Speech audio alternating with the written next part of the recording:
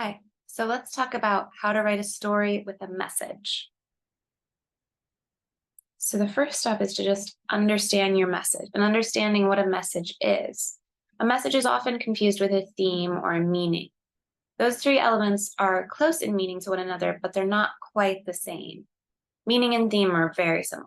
The meaning of a story addresses everything that comprises the story and what the author is trying to say. And theme delves into the ideas presented in the story. But a message is much more prescriptive. That means it offers more direction, more of a moral. The author is explicitly proposing a moral or an ethic that the readers ought to follow. One example of a message could be respect your elders. It's very simple, but it is common in a lot of literature. Now let's talk about how messages work in fiction. You're not really writing a speech or an essay arguing for some kind of ethic. You're writing a fictional story. And that means you can't state your message outright. It gets a little dry, it gets a little uninteresting.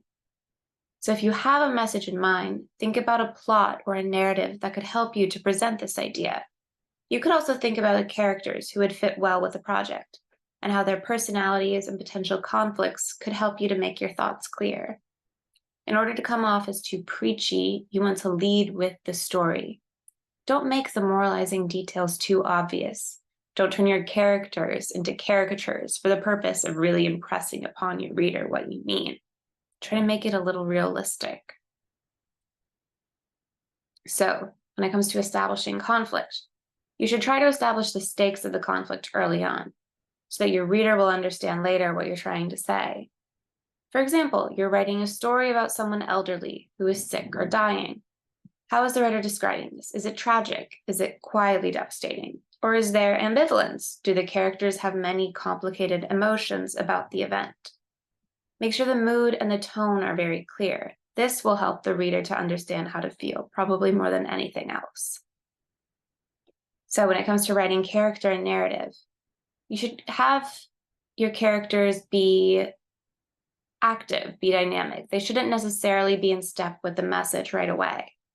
So continue with our example of respecting your elders. You could write about how a grandchild doesn't appreciate something that their grandmother gave them. Because they're not initially in line with what's being taught, the character will have to grow and mature, and this will bring the reader up with them. They'll follow along. This journey of discovery will then form the general narrative of the story. You should try to avoid being too explicit or moralizing. You should try to figure out how to let the reader figure things out for themselves. Subtlety is a good thing, after all.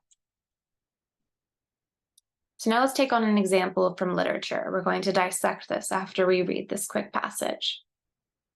After the bag is yours, you must put a piece of prairie sage within and never open it again until you pass it on to your son. He replaced the pebble and the piece of iron and tied the bag. I stood up, somehow knowing I should. Grandpa rose from the bed and stood upright in front of me, holding the bag before my face. I closed my eyes and waited for him to slip it over my head, but he spoke. No, you need not wear it. He placed the soft leather bag in my right hand and closed my other hand over it. It would not be right to wear it in this time and place where no one will understand. Put it safely away until you are again on the reservation. Wear it then, when you replace the sacred sage. So now let's analyze this example. That excerpt is from the story The Medicine Bag by Virginia Driving Hawkes-Neave. And in that story, a young boy wrestles with feelings of love for and embarrassment about his grandfather, a poor Native American man. His grandfather plans to give him his medicine bag, which is an important part of their family history. But the medicine bag is worn and dirty, and the boy doesn't want to wear it. He feels a little bit like someone will mock him if he wears it. But this excerpt shows the boy accepting his grandfather's story and the medicine bag. He hasn't always been sure about his grandfather. He feels a little bit uncomfortable with their relationship sometimes.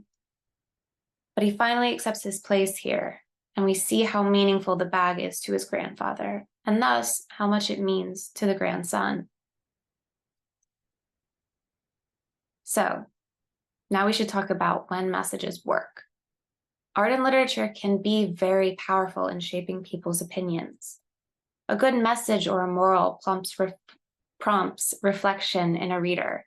They're forced to ask themselves how they should behave or how the world should work. It's okay if some of your stories don't have clear messages. You should always have a theme or a central idea that you're working with, but you don't always need to impress upon the reader or tell them what they should do. If your story does have a message, though, remember that it will be more impactful if the actual narrative and the characters are interesting and engaging.